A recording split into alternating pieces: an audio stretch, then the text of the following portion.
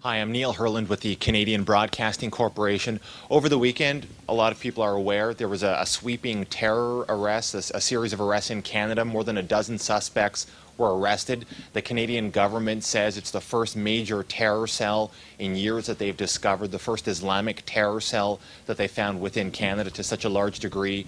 The White House is congratulating Canada for being so vigilant. Meanwhile, you have Muslim groups in Canada who are deploring the arrest, saying that it's just racism and that this case is sort of rather flimsy. I'm wondering, what's your take on these arrests, and what advice do you give to Western democracies in terms of dealing with the threat of terror? Well, first of all, when we use the term terror, we have to recognize that, like most terms of political discourse, it has two meanings.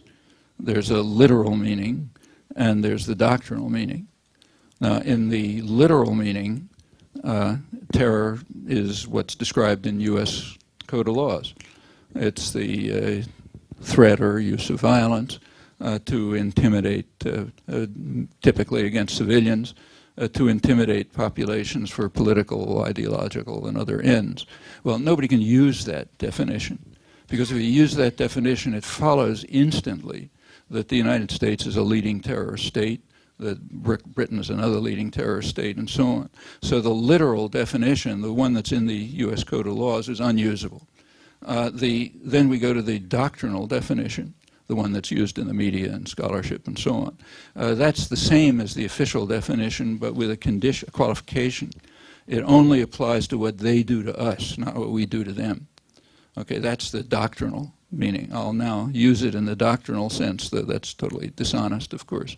So in the particular case of the Canadian case, I have no judgment. I don't know what the evidence is against the people they picked up, so I can't say. Nothing's been published, so I have no judgment.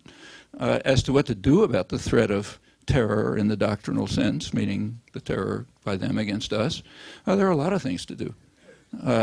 One thing is to not increase the threat.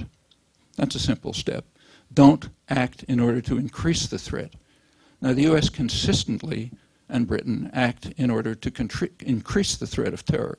Not because they want terror, but because it's just not a high priority. So take the invasion of Iraq. As I mentioned, that was undertaken with the expectation, since amply confirmed, that it would increase the threat of terror. They expected it. It happened. Well, one of the ways not to increase the threat of terror is not to take steps like that that'll increase it.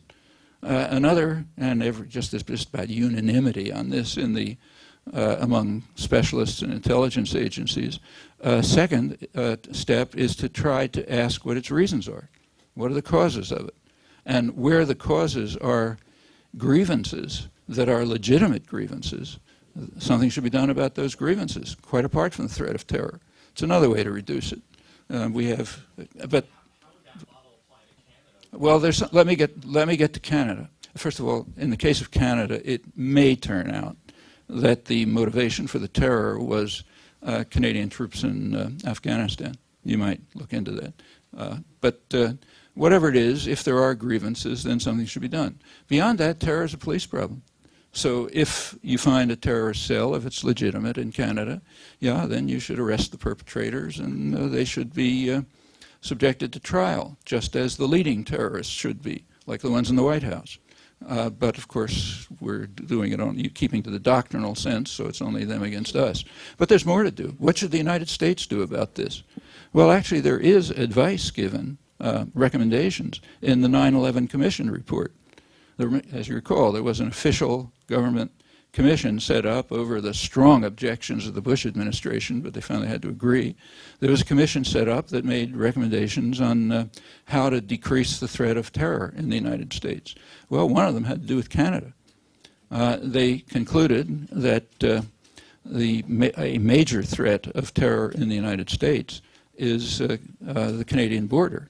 It's a very long border, practically unprotected, very easy to cross, and they recommended that there be a sharp increase in border patrols on the Canadian border. That's their recommendation. Well, how did the Bush administration respond? It responded by reducing the growth of the border patrol altogether, after 9/11 increase in the Border Patrol reduced, and shifting it from the Canadian border overwhelmingly to the Mexican border. Okay, so I don't remember the numbers, but I think it's about 10-1 by now, per mile of surveillance of the Mexican border and the Canadian border. Well, so they're reducing the efforts to defend the United States from the potential threat of terror from Canada. They're reducing that. Again, another illustration of the fact that protection of the population from terror is just not a high priority. Okay, so for the United States, something else that could be done would be to say follow the recommendations of the 9/11 Commission. And there's a lot more. Terror is not coming from nowhere. And what you want to do is, it's easy to stand up on a pedestal and scream Islamofascism and so on and so forth. Maybe that makes you feel good. But if you want to deal with the threat of terror, you'll ask what its sources are and ask how those sources can be dealt with. What we call terrorists see themselves as kind of a vanguard who are trying to organize a constituency to support their long-term demands. Now, their long-term demands in the case of, say, jihadi-style terror are pretty clear, and again, there's pretty near unanimity about this in the specialist community. As they put it, their goals are to defend Muslim lands from attack. And they list specific grievances, and the grievances are real. They're trying to mobilize a constituency to join them. There's two ways of dealing with it. One is to ally yourself with Osama bin Laden. That's the way Bush picked. That's why the leading terrorist specialists in the United States, like Michael Scheuer, described Bush as Osama bin Laden's leading ally. Because what he's done is to do exactly what Osama wants, to help the vanguard mobilize the constituency in support of terrorist acts. What is recommended across the board is pay some attention to those reasons, which are real. You can read that in the Defense Science Board recommendations, in academic scholarship and intelligence reports. Pay attention to the grievances. And many of them are real. And they should be dealt with quite apart from the threat of terror. That can reduce the threat of terror. And we know that it works. Take, say, Northern Ireland. Okay, for a long time, the British reaction to terror in Northern Ireland, which was pretty serious, practically blew up the British cabinet, all sorts of things, their reaction was just to increase the violence. Okay, that's the Bush line. You join with the terrorists and you're their ally. It's exactly what the more militant sectors of the IRA wanted. So you get an escalating terror and repression cycle. Finally, the British got into their heads that they should pay some attention to the grievances that are the source of it. And in fact, they began to do so because the grievances were real. The constituency was being mobilized around real grievances. When they began to do that, the threat of terror declined. Belfast is not utopia, but it's a very different place from, say, when my wife and I visited in 1993, which was a pretty scary place. It's not that anymore.